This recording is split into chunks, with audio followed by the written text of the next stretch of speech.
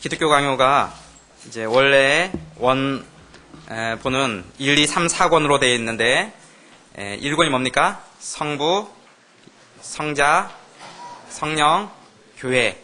근데 이 1, 2권이 합쳐져서 우리 한국 번역에는 3권이 중, 4권이 하 이렇게 생명의 말씀에서 나와 있는데요. 우리 성경 공부 교재도 1이라고 되어 있는 것은 1, 2권 합쳐진 거고요. 성부, 성자. 지금 2권 나온 것은 지금 성령론에 대한 부분입니다. 그리고 나중에 3권에 다루게 되면 그것은 이제 교회론에 대한 부분을 다루게 될 겁니다. 그래서 이 기독교 신앙 교리를 처음부터 끝까지 한번 체계적으로 다 공부할 수 있는 기회가 그렇게 많지 않습니다. 신학교나 가면 모를까 일반 평신도들이 우리가 믿는 기독교 교리가 어떤 것인지 처음부터 끝까지 한번 쭉 공부할 수 있는 좋은 기회니까 빠지지 마시고 혹시 빠지게 되면 인터넷을 통해서라도 꼭 부족한 부분들 들으실 수 있기 바랍니다. 우리가 1권 맨 처음 할 때도 앞에 1, 2, 3과를 뭐를 다뤘습니까? 무슨 론? 계시론. 역시 지원자매 훌륭하십니다. 우리가 1, 2, 3과에 걸쳐서 계시론을 했는데 이제는 계시가 무슨 뜻인지 모르시는 분은 안 계시죠?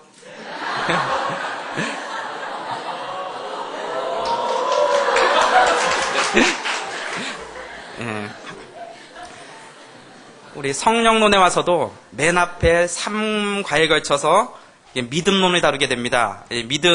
왜 성령론에서 왜 믿음론이 제일 먼저 나오느냐? 믿음은 성령의 역사이니까. 우리의 의지와 노력이 아니라 하나님께서 주시는 은혜의 선물이기 때문에 이 믿음을 다룹니다. 제가 기독교 강요를 무지 읽고 이번에 준비하면서 또 읽고 있는데 이 3권 성령론을 읽을 때마다 참 마음에 뜨거운 감동이 생기는 것들을 보게 됩니다. 하나님께서 어떻게 성령님을 통해서 우리 가운데 일하시는가 하는 것들을 많이 깨닫고 또 배우고 있습니다. 10절부터 봅니다. 제1장 그리스도에 대한 말씀이 성령의 신비한 역사에 의해 우리에게 유익을 준다. 우리를 그리스도와 연합시켜 주시는 띠로서의 성령. 우리는 그리스도께서 우리 밖에 계시고 우리가 그와 떨어져 있는 한 인류의 구원을 위해서 그가 당하시며 행하신 일은 모두가 우리에게 무용무가치한 것임을 알아야 한다. 즉 우리가 그와 한 몸이 되기까지는 그가 가지신 것이 우리와 아무 상관이 없다. 즉 그리스도가 행하신 일이 우리에게 유익이 되도록 우리를 그리스도와 한 몸이 되도록 효과적으로 연결시키시는 띠는 성령입니다. 무슨 말입니까? 예수님이 십자가상에서 행하신 일이 그렇죠? 우리가 그리스도와 한 몸이 되기 전까지는 우리에게 무익, 무가치, 무용한 일이 된다는 겁니다. 그러니까 예수님 십자가상에서 온 인류의 죄를 위해서 돌아가셨지만 그 예수 그리스도와 한 몸이 되고 예수 그리스도를 믿지 않으면 예수님의 십자가 공로가 그에게 아무런 유익이 없다는 겁니다. 그래서 어떤 사람, 지난주에도 잠깐 얘기했지만 지옥은 없다라고 얘기하는 만인 구원론자들, 그 사람들이 얘기하는 하나님은 사랑의 하나님이다. 예수님 십자가에서 죽으신 일은 모든 인류를 위한 죽음이다.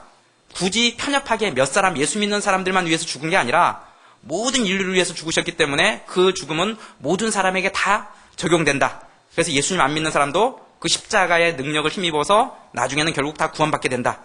굉장히 그럴듯해 보이고 좋아 보이는 말 같지만 분명하게 얘기하는 것은 우리가 그와 한 몸이 되기까지는 그가 가지신 것이 우리와 아무 상관이 없다. 예수 그리스도를 우리가 믿음으로 받아들이고 고백하지 않으면 예수님의 것을 우리가 단 1%도 우리 것으로 누릴 수 없다라는 것이죠. 11쪽에 믿음은 성령의 역사이다. 성령이 하시는 가장 중요한 일은 믿음을 일으키는 것이다. 성령이 하시는 가장 중요한 것은 믿음을 일으키는 거예요. 그래서 성부 하나님은 구원을 계획하시고 성자 하나님은, 예수님은 곧 구원을 객관적으로 이루시고 성령 하나님은 그 구원을 우리의 주관적으로 적용시키시는 분이에요. 그러니까 주관적으로 그 구원을 우리에게 적용시키시는 성령님이 하시는 가장 중요한 일은 뭐다? 믿음을 일으키는 거다. 그래서 믿음은 곧 성령의 역사다. 그래서 보통 성령의 능력과 역사를 표현하는 말들은 대체로 믿음과 관련이 있다. 믿음과 성령의 역사라는 말은 굉장히 밀접한 관련이 돼 있다는 거예요. 요한은 성령의 감동이 없었으면 여전히 무신앙으로 살았을 사람들이 믿음으로 그리스도를 받아들인다는 것은 초자연적인 은혜라는 것을 선포하였다. 그리스도께서 베드로의 신앙 고백 후에 이를 내게 알게 하니는 혈육이 아니요 하늘에 계신 내 아버지시니라고 하신 말씀도 같은 뜻이다. 식별의 영이 마음의 눈을 뜨게 하지 않는다면 먼 눈에 빛이 비쳐도 무익하다. 그러므로 그리스도께서 성령을 통하여 하나님의 백성들을 자신에게 이끌지 않으신다면 전도자들이 아무리 외쳐도 무익할 뿐이다. 믿음으로만이 구원을 얻을 수가 있으며 믿음은 성령의 사역입니다. 따라서 우리는 전도하기 전에 그리고 전도할 때 전도 대상자들을 놓고 성령님의 도우심을 구하는 기도를 해야 합니다. 믿음이 생기도록 하는 것은 성령의 사역이기 때문입니다. 따라서 우리의 언변으로 전도를 하고자 한다면 그것은 착각입니다. 성령님의 도우심을 구하는 기도가 전도에 실질적인 도움이 되는 것입니다. 불가능해 보였던 사람에 대한 전도가 성령님의 도우심으로 이루어졌던 경우를 나눠보세요. 여러분, 전도는 그런 말이죠. 성공적인 전도는 어떤 전도다? 성령님의 능력 안에서 그리스도만을 전하고 그 결과는 하나님께 맡기는 것이다. 성공적인 전도의 출발점은 성령님의 능력 안에서 전도하는 겁니다. 내가 전도하는 게 아닙니다. 여러분 생각해 보십시오. 한 3, 40년을 자기 식대로 살아온 사람들, 자기 경험과 자기 판단을 믿고 살아온 사람들, 자기 가치관이 있는 사람들, 이런 사람들 30분, 1시간 앉혀놓고 설득한다고 해서 내가 여지껏 헛살았습니다. 내가 이제부터 내가 갖고 있던 모든 가치관을 버리겠습니다. 난 앞으로 이런 삶을 살겠습니다. 라고 하고 돌이키는 것이 가능하겠냐라는 것입니다. 그렇지 않습니다. 인간의 힘으로는 불가능하다는 것이죠. 그러나 성령님께서 역사하시면 3, 40년이 아니라 7, 80년을 살았던 사람들도 내가 여지껏 헛살았습니다. 나는 앞으로 지나온 모든 삶을 버리고 이런 삶을 살겠습니다. 라고 각오하고 작정하는 이들이 나타나게 되는데 무엇이 그것을 가능케 하느냐? 성령님께서 그 마음을 움직여 주시니까 가능하다는 겁니다. 그래서 어떤 사람은 전도를 이렇게 말합니다. 전도는 사탄의 휘하에 있는 영혼을 적진에 침투하여 그 영혼을 생포하여 하나님 나라로 끌고 오는 영적 전투이다. 그 사람과의 싸움이 아니라 그 뒤에 있는 악한 영과의 싸움이라는 것입니다. 그렇기 때문에 전도할 때 우리가 놓치지 말아야 될 것은 기도하는 일입니다. 전도할 때 순간순간 말로 하면서도 마음속으로는 늘 성령님의 도우심을 구하는 기도를 해야 되고 또 옆에서 누가 전도하고 있다면 그 옆에 있으면서 마음속으로 그 영혼을, 그 마음을 하나님께서 움직여 주시도록 기도해야 되고 우리가 누구를 만나기 위해서 계획과 시간을 잡아놨다면 내가 기도하고 기도 부탁하고 가끔씩 이제 누구 만나서 전도하기로 약속돼 있다 이러면서 이제 문자가 오는 경우가 있는데 기도해달라고 오는 경우가 있는데 전도에 대해서 정확하게 알고 있는 겁니다. 왜? 하나님께서 그 마음을 움직여 주시지 않으면 내가 가서 1시간 이렇게 설명한다고 해서 그 사람이 나 여지껏 헛살았습니다. 나의 삶을 바꾸겠습니다. 이런 일이 가능하겠느냐는 겁니다. 하나님께서 성령님께서 그 마음을 움직여 주실 때만이 전도가 가능하다는 것이죠. 믿음은 곧 성령의 역사이다. 우리가 하나님을 믿은 것 내가 열심히 따지고 재고 보니까 정말 하나님이 믿을만해서 예수님이 믿을만해서 믿었다 라고 하기보다는 사실은 하나님께서 우리의 마음을 움직여 주셨기 때문에 믿게 되었다고 보는 거죠. 2장 믿음, 그 정의와 속성에 대한 설명, 믿음의 대상이신 그리스도, 구원 역사의 요약 정리. 복음의 핵심은 뭐냐? 성경이 말하고 있는 핵심은 뭐냐? 첫 번째, 만일 우리가 율법의 어느 한 부분이라도 지키지 않으면 율법에 있는 죽음의 무서운 선언이 우리 위에 내릴 것이다. 율법을 100% 지켜야 된다는 거죠. 그렇지 않으면 하나님의 저주가 임한다. 우리는 율법을 2.1절까지 지킬 능력이 없다. 따라서 우리는 하나님께 버림을 받아 영원한 죽음을 당할 처지에 놓인 것이다. 이런 비참한 재난에서 우리를 구출할 수 있는 유일한 해방의 수단으로 하나님은 구속자이며 해방자 되신 그리스도를 보내셨다. 하나님의 이러한 자비를 우리는 믿음으로 받아들일 때 우리는 구원을 얻게 된다. 구원 역사의 요약 정리예요. 율법의 어느 하나도 지키지 않으면 하나님의 그 무서운 죽음의 진노가 우리 가운데 내리는데 우리 중 누구도 그 율법을 완벽하게 지킬 사람은 한 명도 없다는 거예요. 그러면 모든 사람 위에 하나님의 죽음의 진노가 내릴 수밖에 없는데 우리를 그러한 진노에서 구원해내시는 하나님의 방법으로 예수 그리스도를 보내주셨고 그 예수 그리스도를 우리가 믿음으로 받아들일 때 우리는 그 구원을 누리게 된다. 영생은 곧 유일하신 참 하나님과 그의 보내신 자 예수 그리스도를 아는 것이니이다. 믿음은 하나님을 바라보는 것이며 하나님을 아는 것입니다. 그러나 우리는 하나님을 볼 수도 없고 알 수도 없습니다. 왜냐하면 우리는 죄인이고 하나님은 죄를 조금도 용납하지 않으시기 때문입니다. 따라서 우리는 하나님을 알 수도 없고 하나님 앞에 나아갈 수도 없습니다. 죄인된 우리가 하나님 앞에 나아가는 것은 죽음만 있을 뿐입니다. 우리는 하나님께 나아갈 수도 없고 하나님을 볼 수도 없고 하나님을 알 수도 없습니다. 하나님만이 자신을 우리에게 계시하실 수가 있습니다. 하나님이 우리에게 나타나고 보여지고 계시된 것은 그리스도를 통해서입니다. 따라서 우리는 그리스도를 통하지 않고 하나님을 알 수도 없고 만날 수도 없습니다. 누가 그리스도를 통하지 않고 하나님을 만나고자 한다면 그는 반드시 우상을 만나게 될 것입니다. 그리스도의 광채가 우리 위에 비치지 않는다면 하나님께서는 언제까지나 멀리 숨어 계실 것이다. 그러므로 아버지께서는 계시하시려는 모든 것을 독생자 그리스도에게 맡기시고 그리스도께서 아버지의 은혜를 전달하심으로써 하나님의 영광의 진정한 형상을 표현하게 하셨다. 이와 같이 우리는 볼 수 없는 아버지를 오직 그 형상인 그리스도에게서만 찾아야 한다. 우리는 하나님을 볼 수 없어요. 우리는 하나님이 우리에게 보여진 게 뭡니까? 육신의 몸을 입고 오신 예수 그리스도를 통해서만이 우리는 하나님을 보게 된다는 것입니다. 두 번째, 믿음의 근거는 하나님의 말씀이다. 우선 우리는 믿음과 말씀 사이에 항구적인 관련이 있다는 것을 생각해야 한다. 이 둘, 믿음과 말씀을 서로 분리할 수 없는 것은 태양에서 나오는 광선을 태양에서 분리할 수 없는 것과 같다.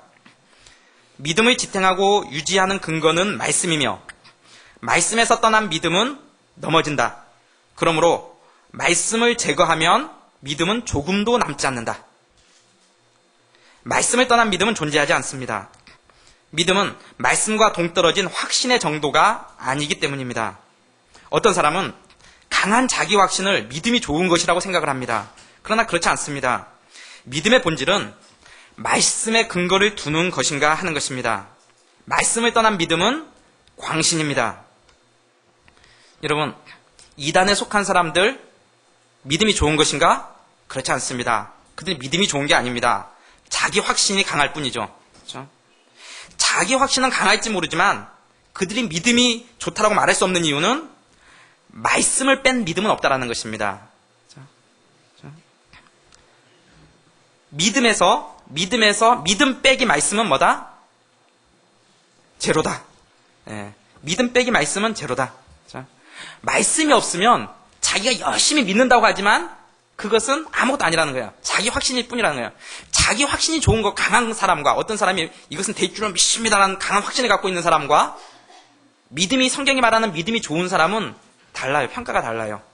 성경이 말하는 믿음이 좋은 사람은 성경에서 말하는 대로 믿는 사람이고 자기 확신이 강한 사람을 우리는 그냥 일반적인 표현으로 저 사람 참 믿음이 좋다 이런 식으로 표현할 수는 있겠지만 성경에서 말하는 의미의 그런 믿음 좋은 사람은 아니라는 거죠.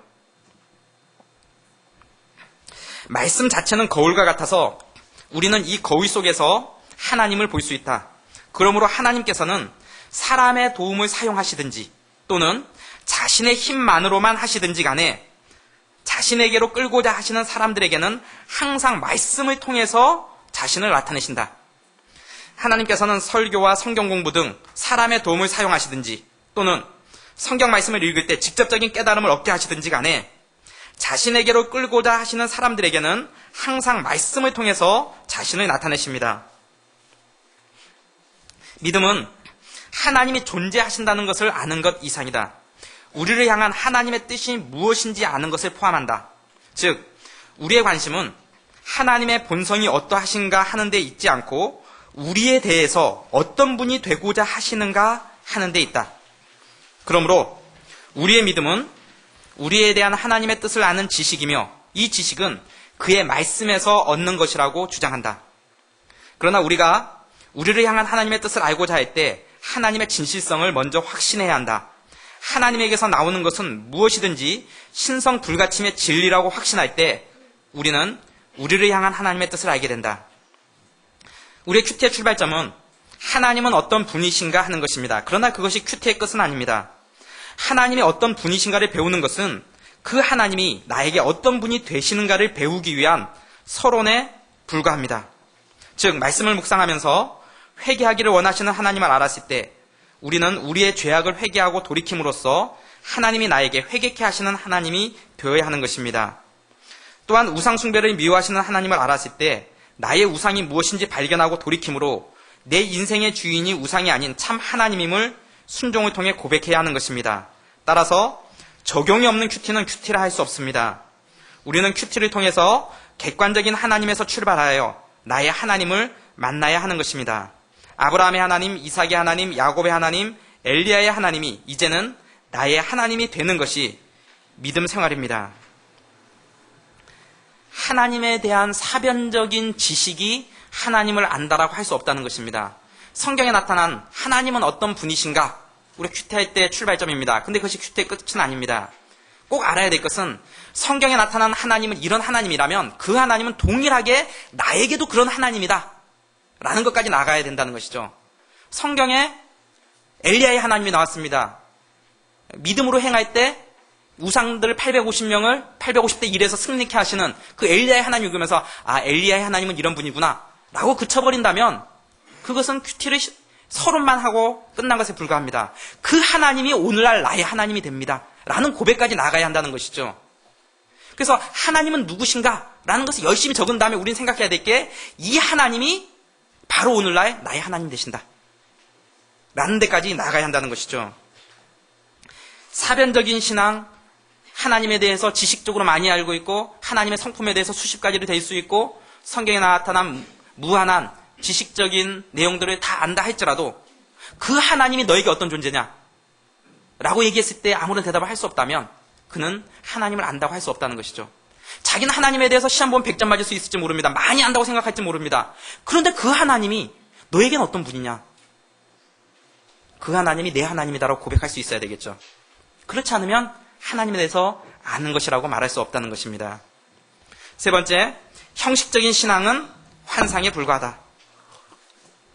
내가 하나님은 한 분인 줄 믿느냐? 잘하는도다. 누구도 귀신들도 믿고 떠느니라. 귀신이 하나님이 한 분인 줄 믿었어요. 이때 믿었다라는 말은 그냥 지식적으로 알았다라는 말이겠죠. 귀신이 예수님을 보면서 하나님의 아들이라고 고백을 해요. 그런데 하나님의 아들이라고 고백하는 그건 뭡니까? 정말 귀신이 믿음이 투철해갖고 예수님이 정말 베드로가 고백했던 것처럼 당신은 살아계신 하나님의 아들입니다. 그런 의미로 고백했을까요? 그렇지 않다는 거죠. 귀신도 지식적으로는 이분이 하나님의 아들이라는 걸 알았다는 것이죠. 그런데 그건 어떤 아임입니까? 사변적으로 알았을 뿐이지 그러한 예수님을 내 인생의 주인으로 모셔드립니다라는 고백이 귀신들에게는 없는 거죠. 그냥 안다는 거예요. 그런 암과 우리가 믿음으로 고백하는 예수 그리스도 당신은 하나님의 아들이십니다라는 고백은 표면적으로 단어는 똑같아 보일지 모르지만 하늘과 땅 차이라는 거죠. 인격적으로 자신을 드림으로써 자기 인생의 주인으로 예수 그리스도를 고백하는 것과 저분은 하나님의 아들이야. 하나님은 한 분이야. 라고 하는 것은 귀신들도 알고 믿고 떤다는 거죠. 바위 위에 있다는 것은 말씀을 들을 때 기쁨으로 받으나 뿌리가 없어 잠깐 믿다가 시험을 받을 때 배반하는 자요. 이 형식적인 신앙은 믿음의 그림자나 외형에 불과하며 믿음이라고 부를 가치가 없다. 그들은 다른 사람들 앞에서뿐 아니라 자기 생각에도 믿는 것 같은 그릇된 인상을 준다. 자기조차 착각한다는 거예요. 자기도 믿음이 없어요. 믿음이 없는데 나는 믿음이 있어. 나는 믿음이 좋아라고 스스로 착각해버리는 거예요. 예수님은 이런 분이야 해서 신앙생활 교회에서 오래 다니고 짬밥이 늘어나고 알 거 다 알고 생리 다 알고 교회 돌아가는 구조 다 알고 하니까 내 신앙은 이만큼 돼. 실은 신앙도 없으면서 자기는 신앙이 있다고 자기조차 착각해버리는 거예요. 대표적인 예들이 이단이 그렇지 않습니까? 믿음이 없는데 자기들은 믿음이 있다고 착각하는 거예요. 구원 얻을 만한 믿음이 없는데도 자기들만 구원 얻을 믿음이 있다라고 착각을 하는 거예요. 이런 착각들이 일어날 수 있다는 거예요. 형식적인 신앙을 가진 사람들은 자기들이 하나님의 말씀에 대해서 보이는 존경이 곧 경건이라고 믿으며 하나님 말씀을 노골적으로 비난하거나 경멸하지 않는다면 불경건이 아니라고 생각한다. 그러나 그들의 믿음은 마음속까지 침투하지 못하며 정착하지 못한다. 뿌리를 박는 것 같이 보이는 때도 있으나 그것은 산뿌리가 아니다. 형식적이고 사변적인 신앙은 신앙이 아닌데 신앙이라고 착각해버리는 그런 일들이 왕왕 발생할 수 있다는 거죠. 버림을 받은 사람들에게도 믿음이 있는가? 이거 굉장히 중요한 질문이고 우리가 많이 던지는 질문 중에 한 가지예요. 켈빈이 이거에 대해서 답을 하고 있는데 이런 겁니다. 여러분 친구들 중에 아마 이런 사람들이 있을 거예요. 뭐 중고등학교 때 신앙생활을 열심히 했어요. 뭐 교회도 열심히 다니고 뭐 임원도 하고 뭐 때로는 새벽기도도 나오고. 그런데 뭐 대학교 가거나 아니면 직장 생활하거나 이러면서 점점 교회에서 멀어지고 또 상처받아서 떠나가거나 그래서 신앙생활 안 해요. 옛날에는 분명히 믿음이 있었던 것 같은데 지금은 얘기해보면 신앙이 전혀 없어요. 하나님이 어디 계시나 그러고 뭐 그런 식으로 얘기를 해요. 지금 현재 상태로서는 분명히 신앙이 있다라고 말할 수 없는 상태예요. 그런데 세월이 흘러서 만약 이 친구가 죽기 직전에라도 하나님 앞에 돌아와서 죽으면 다행이겠는데 만약 이 친구가 끝까지 그러다가 그냥 죽어버렸어요. 그럼 이 친구 신앙은 어떻게 된 거예요? 한번 구원이 있으면 사라지지 않는다 그랬는데 하나님이 견인하신다 그랬는데 성도를 이끌어 가신다 그랬고 우리의 구원의 확신은 하나님께서 믿음을 주시면 그 믿음은 사탄이 뺏어가지 못한다 그랬는데 이 사람이 마지막에 돌아오면 그나마 다행인데 그렇지 않고 마지막까지 가서 거부하면서 하나님을 부인하면서 그렇게 죽어갔단 말이에요. 그럼 이 사람의 신앙은 원래는 믿음이 있었는데 있었던 믿음이 사라진 거냐? 아니면 원래 있었던 그 믿음이 잘못된 가짜 믿음이었느냐? 그것에 대해서 켈빈은 가짜 믿음이었다 이렇게 얘기를 해요. 정말 하나님이 주신 믿음의 사람이었다면 그가 정말 예수 그리스도를 자기 인생의 주인으로 고백한 믿음을 가진 사람이었다면 언젠가는 주님 앞에 돌아온다는 거예요. 죽기 직전에라도 그가 예수 그리스도 앞에 돌아온다는 거예요. 만약 그가 마지막 순간까지도 주님 앞에 돌아오지 않고 숨을 거뒀다면 뭐 객관적으로는 잘 모르겠지만 적어도 본인이 판단하기에 적어도 예수 그리스도를 부인하는 상태에서 죽어갔다면 그가 한때 신앙생활 하는 것 같아 보였지만 그것은 그에게 참 믿음이 아니었다. 참 믿음은 하나님께서 그 씨를 결코 없애지 아니하신다 라고 말하는 거죠. 한번 봅니다. 어떤 사람이 신앙생활 하다가 중도에 배교하고 믿지 않은 상태에서 죽었다고 하면 이 사람에게 구원이 있는가? 이 사람이 신앙생활 할 때 믿음은 어떤 믿음이었는가? 구원에 이르지 못하는 믿음이었는가? 구원이 취소된 것인가? 애당초 믿음이 없었던 사람인데 믿는 사람처럼 보였던 것인가? 기독교학교 3권 2장 11절에는 이렇게 대답을 합니다. 버림받은 사람들도 때로는 선택된 사람들과 거의 같은 감동을 가지며 신앙생활했던 것을 우리는 경험으로 알 수 있다. 버림받은 자들도 하늘의 은사를 맛보고 잠시 동안이지만 믿는 모습을 보인다. 이것은 그들이 영적인 은혜의 힘과 믿음의 확실한 빛을 굳게 잡는다는 뜻이 아니라 주께서 그들의 죄를 더욱 명백하게 하며 변명할 여지를 주시지 않기 위해서 주의 선하심을 맛보게 하시는 것이다. 즉 그들에게 하늘의 은사를 맛보았음에도 믿지 않았음을 고발하여 변명하지 못하게 하신다. 어떤 사람에게 한때 하늘의 은사가 나타나요. 하늘의 은사가 대표적인 예로 뭐 방언한다 칩시다. 어떤 사람이 방언을 해요. 이런 하늘의 은사가 그 사람에게 나타나요. 이것이 구원의 표징이 아니라는 거예요. 나는 방언했었기 때문에 나는 구원받는다라고 착각하지 말라는 거예요. 구원받지 않는 사람도 방언할 수 있다는 거예요. 하늘의 표징을 맛배기로 보여주시는 거예요. 하늘의 은사를 맛보았음에도 불구하고 믿지 않는다면 그들이 하나님 앞에 변명하지 못한다는 거예요. 하나님이 이런 분이다라는 걸 보여주셨음에도 불구하고 그걸 받아들이지 못하면 그 표징 자체가 구원의 증거가 아니라는 거죠. 어떤 사람이 친구가 하도 꼬셔갖고 같이 기도원에 같이 데리고 들어갔어요. 기도원에 가서 집회하는데 참석했는데 이 사람 예수님이 누군지도 모르고 하나님 누군지도 몰라요. 그런데 친구가 막 기도하라 그래서 그냥 옆에서 따라서 중얼중얼 거리는데 갑자기 방언이 터졌어요. 예수님도 누군지 몰라요. 하나님도 몰라요. 근데 방언이 나와요. 너무너무 신기한 거라. 하늘의 은사를 맛보았어요. 이 사람의 구원이 있을까요? 아직 없어요. 아직 없어요. 이 사람에게 그 하늘의 은사를 맛봤으면 이 사람이 취해야 될 태도가 뭐예요? 아, 이런 신비한 능력을 주신 분이 하나님이신데 그 하나님이 살아계신가 보다 해서 하나님을 아는데 나아가야 돼요. 그리고 예수 그리스도를 만나야 돼요. 그리고 예수 그리스도를 자기 인생의 주인으로 영접하고 하나님으로부터 받은 그 은사를 하나님 앞에 감사의 제목으로 생각하고 하나님께서 나에게 이런 풍성한 은사를 주셨는데 이걸 통해서 내가 하나님을 만나게 됐습니다. 내 신앙이 더 견고하게 자라게 됐습니다. 라는 감사의 제목으로 나아가면 이것은 이 하늘의 은사가 제대로 열매를 맺는 거예요. 그런데 이 사람이 맛봤어요. 너무 신기한 거예요. 막 방언이 나오는데 이게 마음은 편안해지고 신비한 능력들이 자기한테 나타난단 말이죠. 그리고 다음 주에 교회 왔어요. 보니까 교회를 10년 다녔다는 사람이 방언을 못하는 거예요. 니는 10년이나 다녔는데 방언도 못하니 니는 신앙생활 헛했다. 니는 아직 구원이 없는 것 같아. 자기는 예수님을 만나야 되는데 예수님 만날 생각하진 않고 방언하지 못하는 사람들을 정죄하고 또 어떤 은사가 나타나지 않는 사람들을 잘못된 신앙이라고 판단하고 그렇게 하면 이 사람에게 구원이 있느냐 이거죠. 없다라는 거예요. 하늘 은사는 맛봤지만 구원은 없는 거예요. 이런 사람들은 하늘나라에 갔어요. 하나님이 내게서 떠나가라. 악을 행하는 자들아. 이렇게 얘기한다는 거죠. 우리가 병도 고쳤습니다. 신비한 능력도 행했습니다. 귀신도 쫓아냈습니다. 예수님 안 믿는 사람도 귀신 쫓아낼 수 있어요. 귀신도 쫓아냈습니다. 하는데도 하나님이 나에게서 떠나가라. 나는 너를 도무지 모른다. 이렇게 얘기한다는 거예요. 그런 하늘 은사들이 나타났으면 하나님은 살아계신 게 분명하구나 해서 예수님을 만나고 예수님 앞으로 나아가야죠. 내가 이런 은사를 줬음에도 불구하고 네가 예수님 못 만났으니까 너는 핑계치 못할 거다. 하나님이 도리어 그렇게 말하신다는 거예요. 그렇다면 신자들이 자신들이 받은 믿음인지 어떻게 알고 선택받은 자인지 어떻게 확신을 가질 수가 있는가? 여러분 이런 질문이 들 거예요. 그러면 나는 지금 하나님을 믿는다고 생각하는데 이 믿음이 진짜 참 믿음인가 가짜 믿음인가? 내가 이렇게 적어도 지금은 내 안에 하나님에 대한 신앙 고백이 있고 예수님 믿는다고 하는데 나도 살다가 인생이 힘들어지고 고난이 닥치고 어려움이 있어 하나님을 떠나가서 막판까지 돌이키지 않고 그렇게 죽어버리는 일이 발생하면 그러면 나는 가짜 믿음이라는 건데 그럼 지금 내가 갖고 있는 이 믿음이 진짜 믿음인지 아니면 형식적인 가짜 믿음인지를 지금 내가 분별할 수 있는 방법이 있겠는가 하는 겁니다. 계속 봅시다.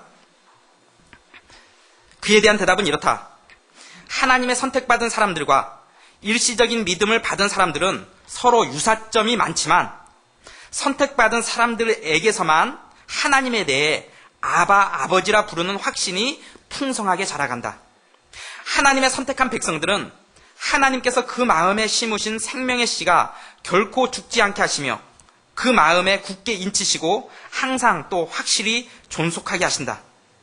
이에 반해 버림받은 사람들은 은혜에 대한 인식이 언제나 혼돈된 상태를 면하지 못하고 그것의 견고한 실체보다 그림자를 잡을 뿐이다. 하나님은 그들에게 임시로 자비를 보이실 뿐이다.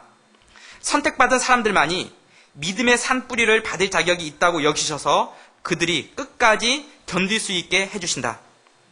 진정한 믿음과 거짓된 믿음, 곧 선택된 사람들의 믿음이 아무리 부족하고 약하더라도 하나님의 영이 그들이 양자가 되었다고 하는 확고한 보증과 날인을 해주심으로써 그가 새겨두신 표징은 그들의 마음속에서 결코 말소되지 않지만 사악한 사람들 위에 비치는 빛은 후에 사라지는 성질의 것이다.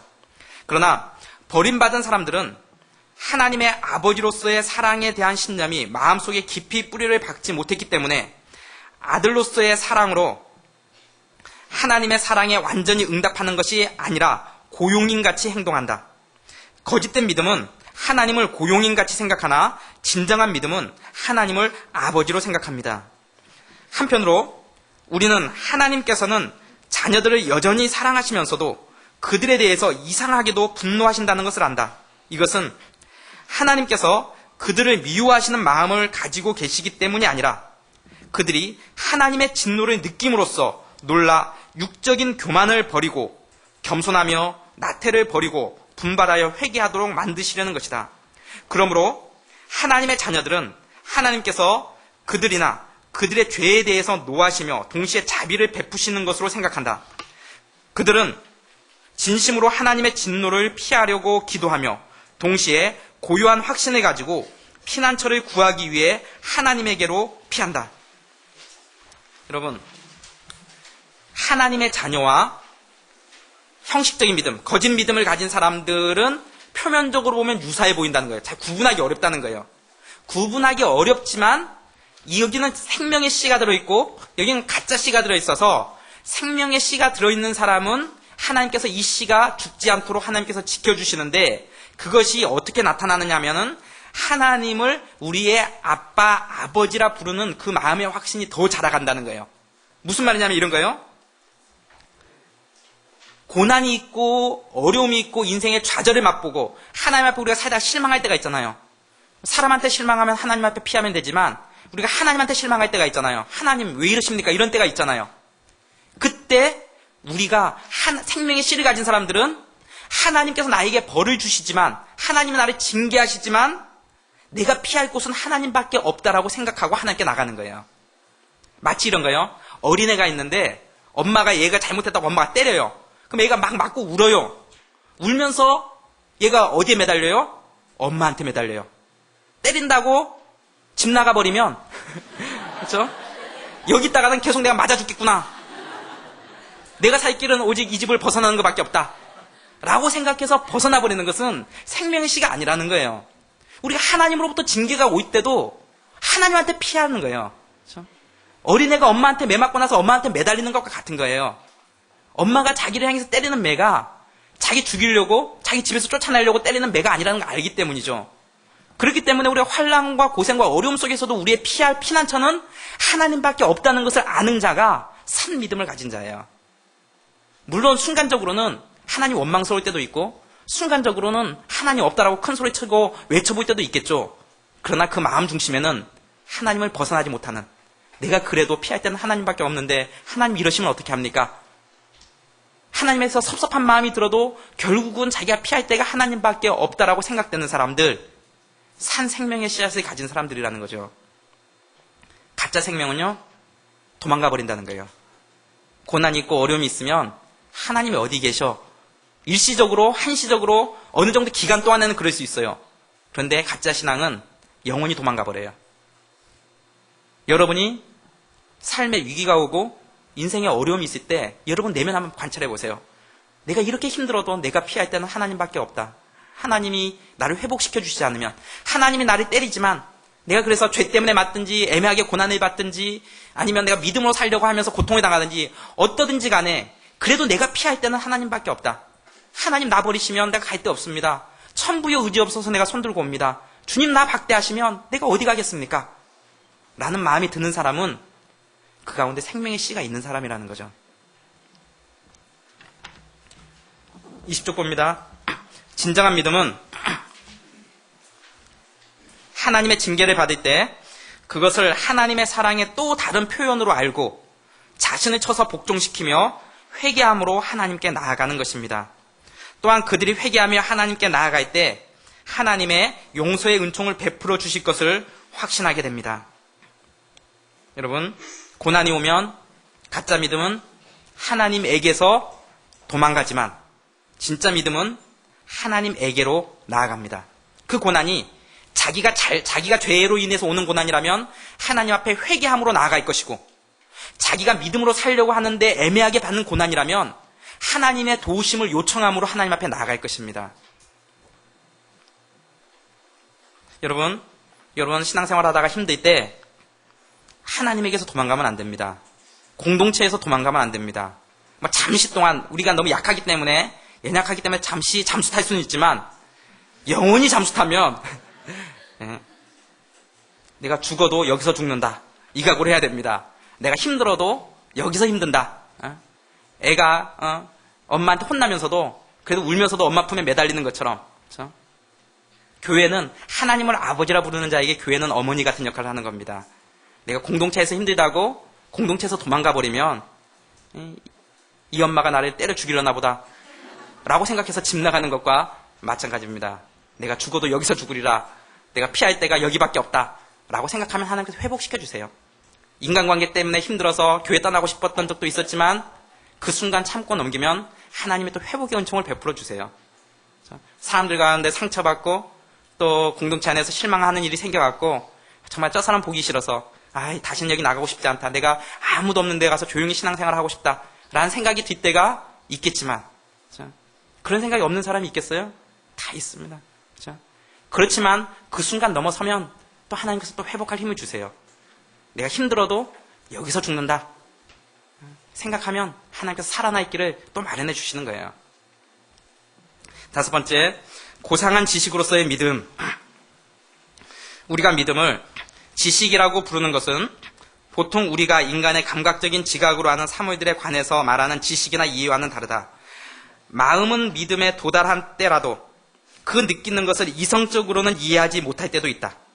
그러나 이해하지 못하는 것을 믿을 때에는 그 신념이 확실하기 때문에 어떤 인간적인 것을 자체의 능력으로 지각한 때보다 더 많은 것을 이해한다. 즉, 믿음은 모든 이해력을 초월한다. 요한은 신자들이 스스로 하나님의 자녀인 것을 안다고 언급한다. 또 그들은 확실히 이 일을 안다. 그러나 그들은 합리적인 논증에 의해서 가르침을 받는다기보다 하나님의 진리에 의해 더욱더 강화된다. 또한 바울은 우리가 믿음을 통해서 아는 일들은 우리 앞에 있지 않고 눈으로는 볼 수 없다는 것을 말한다. 그러므로 믿음의 지식은 이해가 아니고 확신이라는 것이 우리의 결론이다. 여러분, 누가 여러분에게 당신이 믿는 바를 한번 설명해 보시오. 그럼 설명하기가 쉽지 않습니다. 신학교 나와서 체계적으로나 좀 공부하면 그걸 이렇게 설명하겠지만 대부분의 사람들은 나 하나님 믿어, 예수님 믿어. 근데 그걸 한번 설명해 봐 하면 설명이 안 돼요. 그렇죠? 설명은 안 되고 그렇지만 우리 마음 뭐가요? 믿음이 있어요. 삼위일체 하나님에 대해서 한번 설명해 봐 하면 이게 설명하기가 만만치가 않아요. 그렇지만 삼위일체 하나님에 대해서 믿어줘요. 예수님이 하나님인 거라는 것에 대해서 네가 한번 설명해 봐 하면 뭐라고 잘 설명을 못 하겠어요. 그렇지만 예수님이 하나님이시라는 사실에 대해서 믿어줘요. 이게 믿음이라는 거예요. 그렇기 때문에 믿음은 지식의 이해가 아니고 확신이라는 것이 우리의 결론이다. 내가 뭐라고 정확하게 똑부러지게 이건 이렇고 저건 저렇고 해서 요렇게 요렇다 라고 딱 설명해 주지는 못하지만 이해도 정확치는 않지만 그래도 믿어지는 것. 이게 믿음이라는 거죠. 믿음은 이성의 한계를 뛰어넘는 것입니다. 이성으로는 이해되지 않아도 믿을 수 있는 것이 믿음입니다. 삼위일체론이 그렇고 예수의 신인 양성론이 그렇습니다. 이성과 논리로는 설명할 수 없지만 우리 안에 있는 성령께서 믿음의 힘으로 이해가 되게 하십니다. 따라서 기독교의 신앙의 논리는 알아야 믿는 것이 아니라 믿기 때문에 알 수 있는 것입니다. 믿음은 확실성을 내포한다. 우리는 하나님의 말씀을 통해 믿음이 확실성으로 나아가게 됩니다.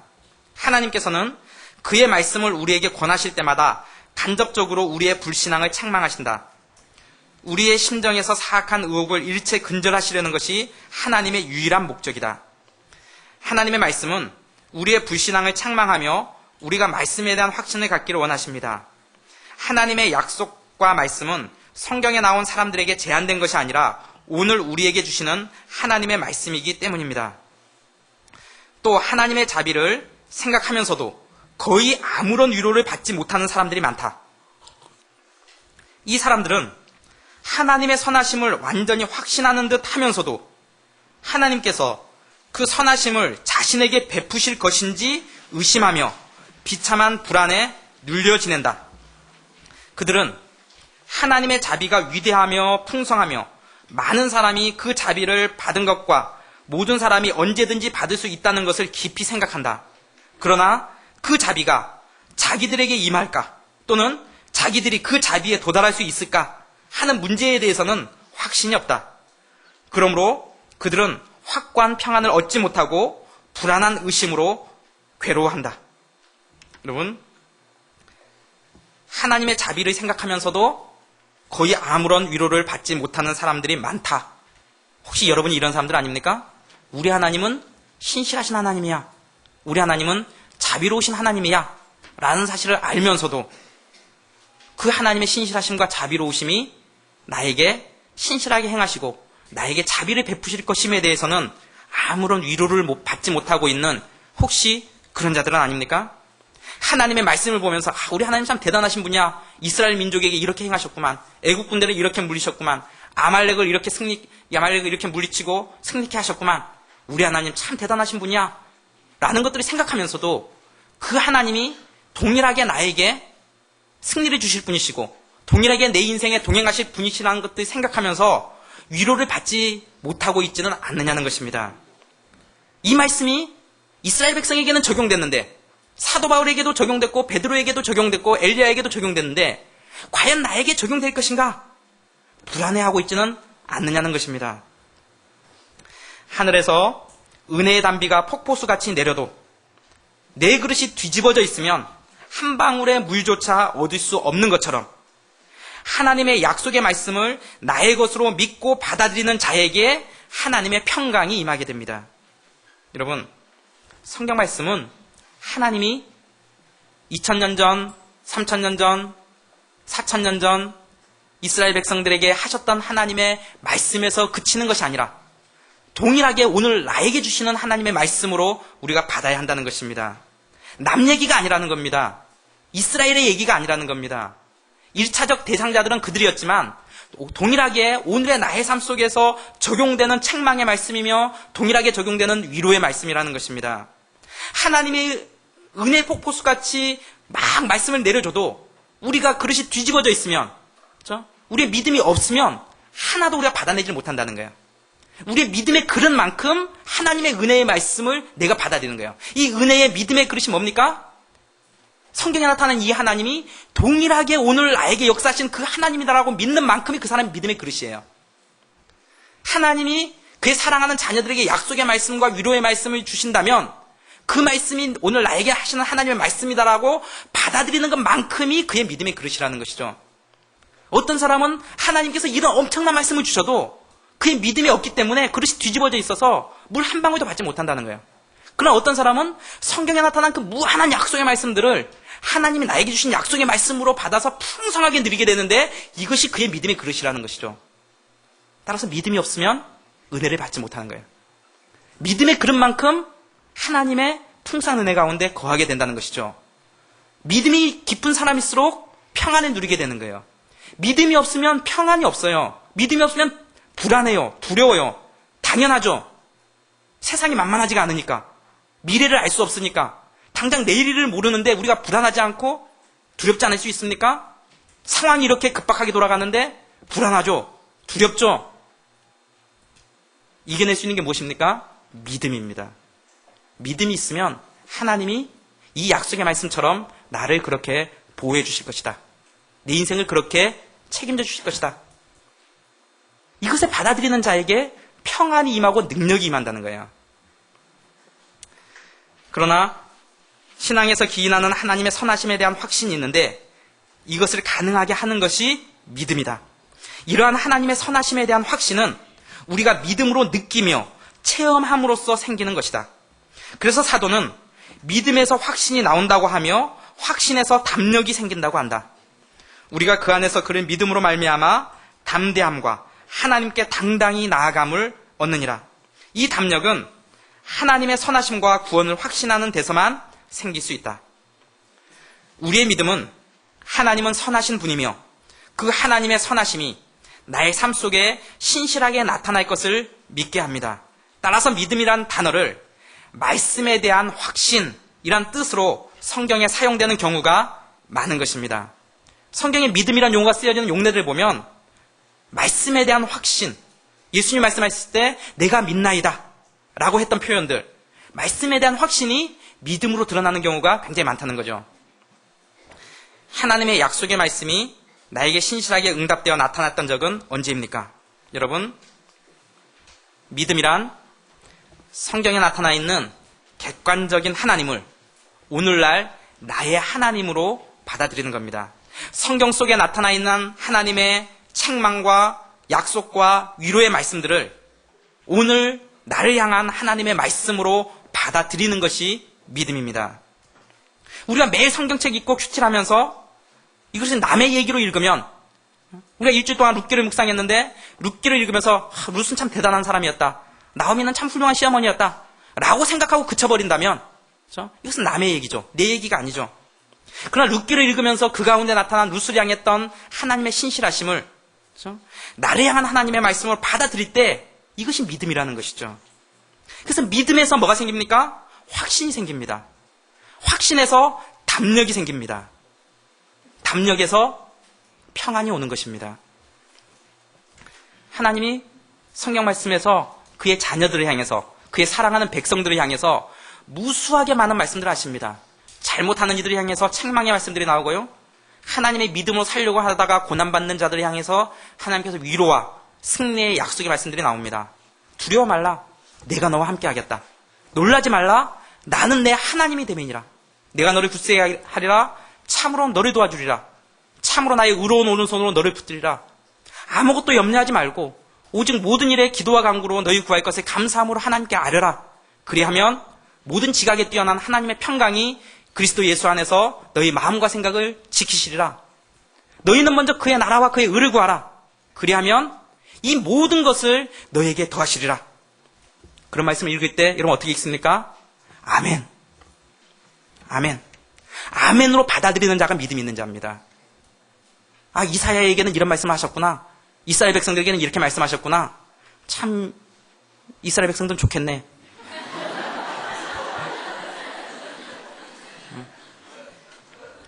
하나님이 오늘 나에게, 그의 자녀된 우리에게 동일하게 이 말씀을 하고 계시다는 것입니다.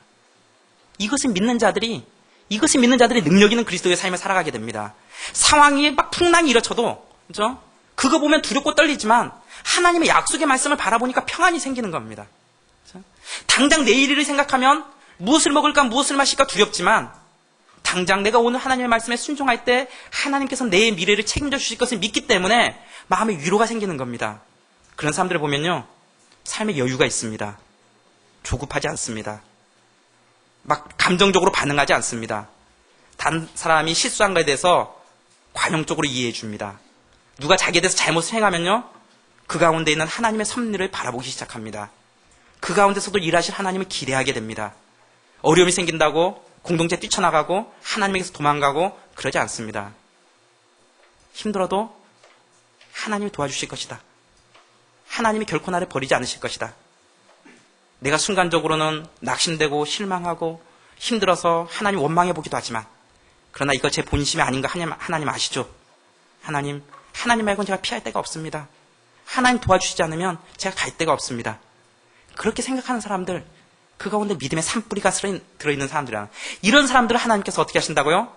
그 생명이 더욱더 자라서 하나님에 대해서 아빠, 아버지라 부르는 그 마음의 풍성이 더욱더 자라간다는 것이죠.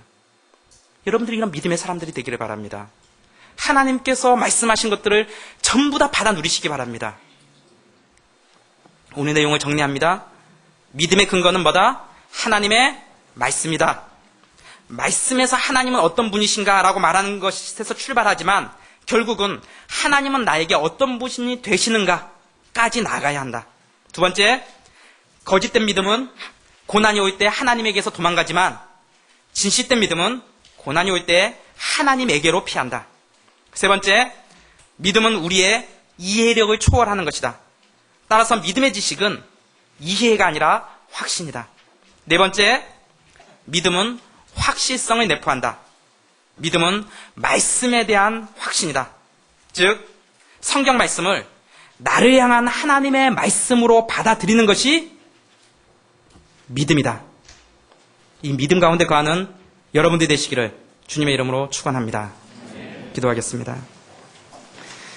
하나님 아버지, 우리가 큐티를 하고 성경을 읽습니다. 하나님, 그러나 객관적으로 역사하셨던 하나님이 오늘날 나의 하나님됨을 또한 찬양합니다.